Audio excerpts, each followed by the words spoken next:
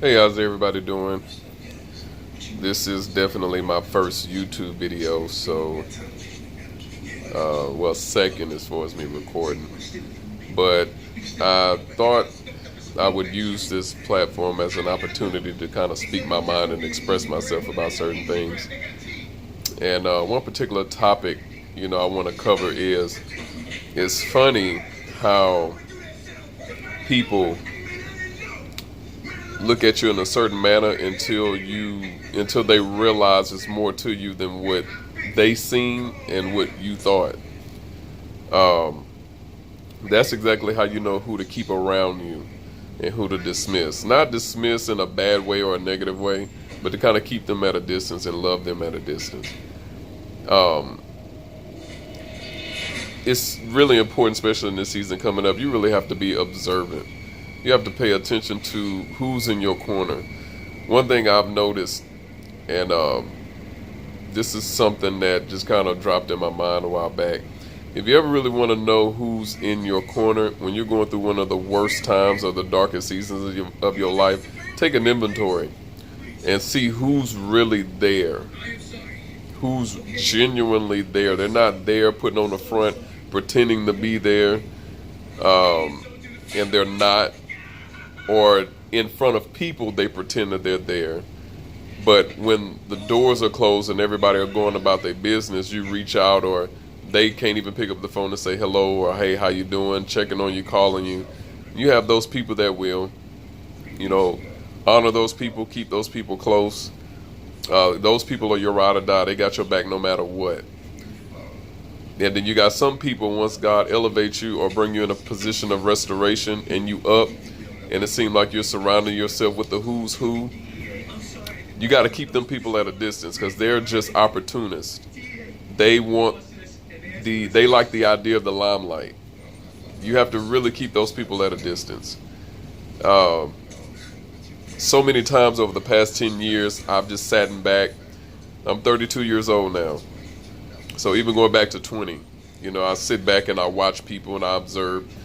And it never ceases to amaze me how people are, or the level of rejection people have suffered. So they're looking for acceptance. They want to be accepted by people. And the stupid part about it is they want to be accepted by people who can't do anything for them. Like, you want exceptions so bad.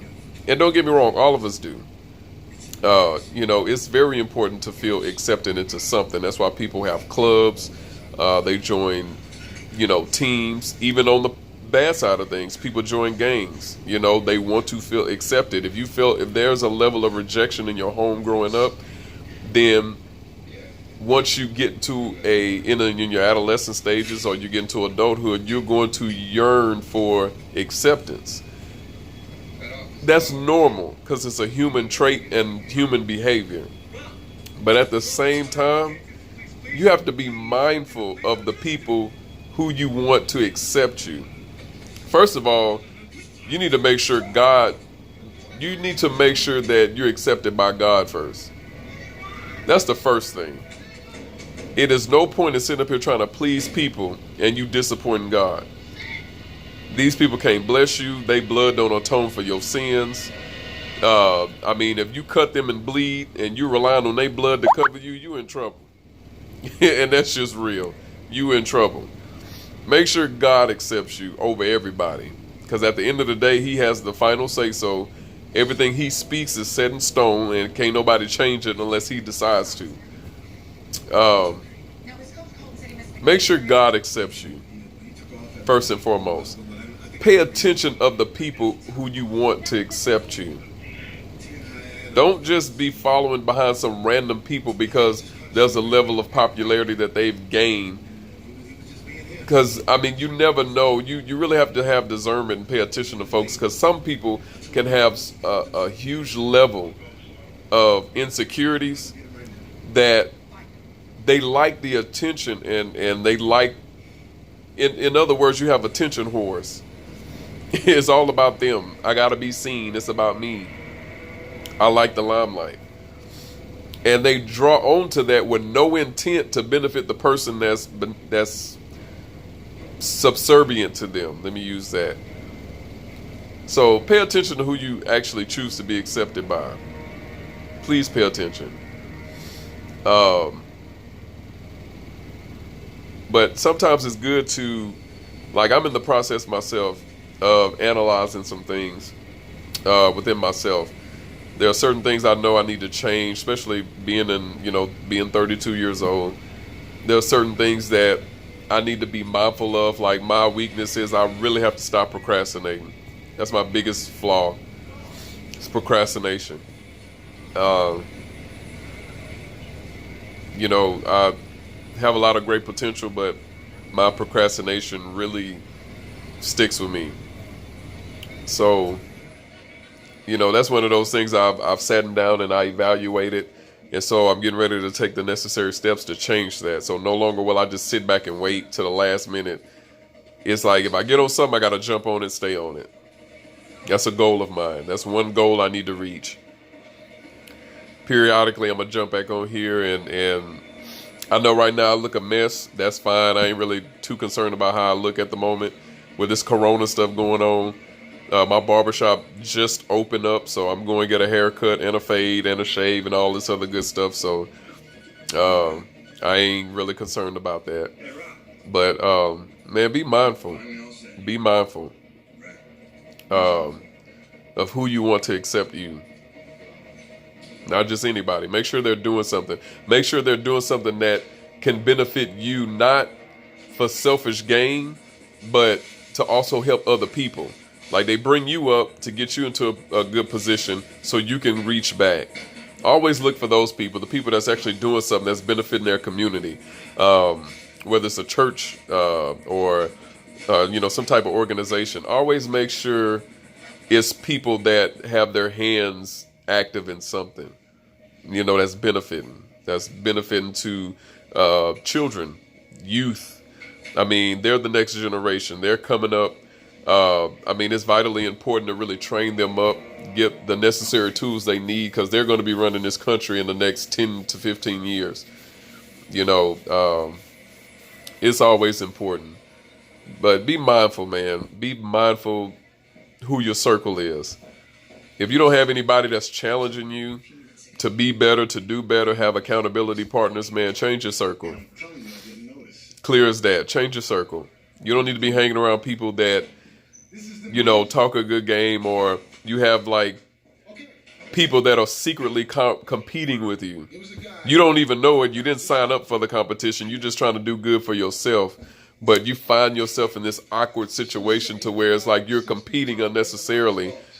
And you'll always notice it because they'll always say some type of sly something, or they'll throw some type of subliminal message at you. It's been on their mind. They're expressing it without telling you directly. First of all, you're a coward. Second of all, you need to go do something and grow up.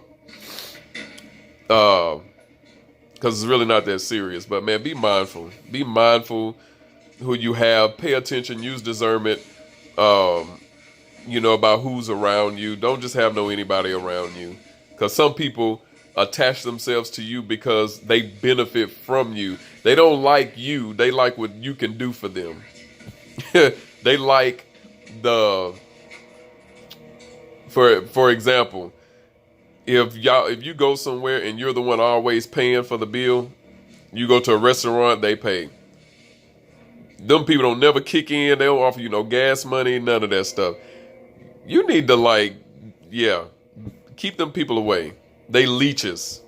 You ain't got time for leeches, blood-sucking people, emotional vampires. If you got people that's always blowing up your phone, talking about something that didn't happen that's wrong, you're going to have to cut them off. They are sucking the life out of you. Literally. When you walk around, you carry a certain level of energy with you. Don't sit up there and have people attached to you that's drawing energy from you, and you have nobody in your life to replenish that energy. That's wasted time. Don't do that. Surround yourself with people that not only benefit from you, but you benefit from them too. There's a balance with it. It's not a one-sided. any type of relationship that's one-sided is not a relationship. A relationship is to relate. That means that person, you find something that you can identify yourself with in that person. There's an identity that's familiar to you. And you can relate on the similarities that you guys share. But if that person is a narcissist and they're only worried about themselves or figuring out how they can benefit for them, and they have no inclination about you or cannot take your feelings into consideration, you need to cut those people off because they mean you no good. They mean you no good. They're going to leave you high and dry, and you're going to be stuck on stupid. Keep them people away from you. And like I said, these are just things that I'm learning as I've over the past 10 years of everything that I've endured, everything that I've sat back and paid attention to, lessons I've learned, even from myself. There are certain things I wish I would have done differently. So I might as well just pass it off to other people and say, hey, look, watch for this. But man, just pay attention. You know, you're only as successful as the people you hang around. You know, please be mindful. Be mindful. Don't have nobody just surround you, sucking the life out of you.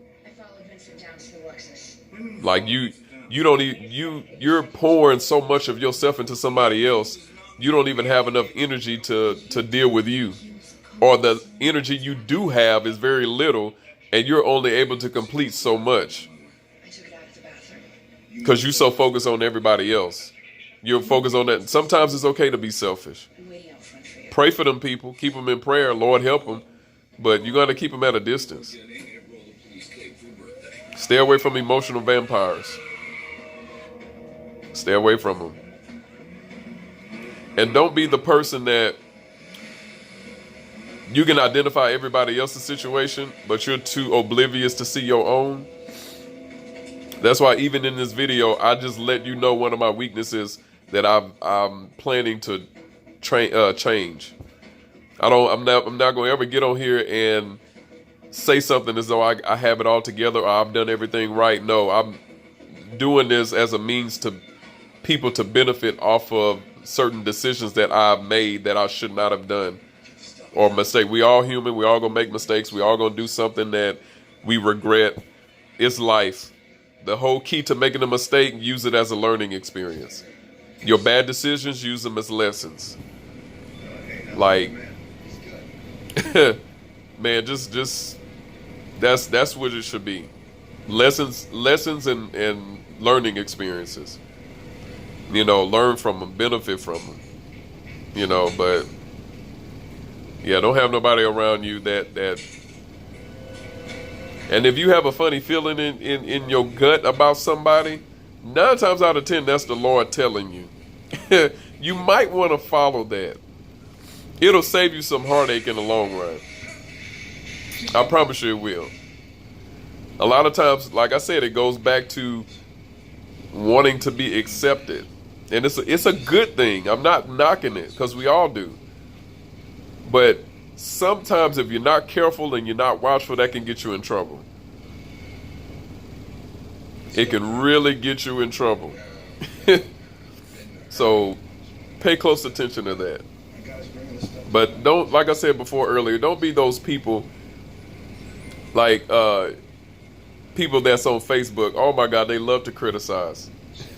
They could talk about everybody else. They got something to say about everybody else. And swear up and down, they just like the best person, period. They cannot see any of their flaws at all. Or if they do, they don't acknowledge them. They're not real enough to, or be transparent enough to say, man, look, but I deal with this. Watch them people. Because they going to feel like they perfect and they can do no wrong. Like, I'm not going to be that dude. You ain't going to get that from me. If I'm letting you know something, you know, maybe I am good in that area. If I ain't, I'm going to tell you where I went wrong and how I either have worked to fix it or I'm in the process of working to do better. But I'm never just going to be that dude that's just going to fire off on everybody else and I can't see me. No, you ain't being real with you. You're not being real with you. So that's my little 15 minutes, my little nidbits and I guess wisdom, if you want to call it that.